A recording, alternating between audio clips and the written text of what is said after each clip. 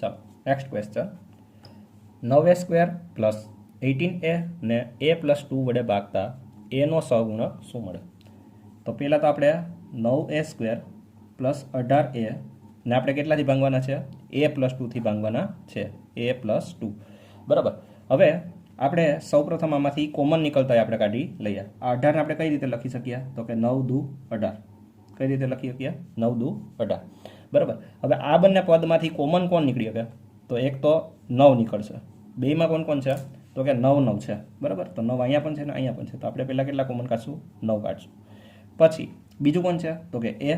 તો 12 બીજું કોણ આવશે? a બરાબર. હવે 9a² માંથી 9a 12 છે તો અંદર કોણ રહી ગયું? a રહી ગયું.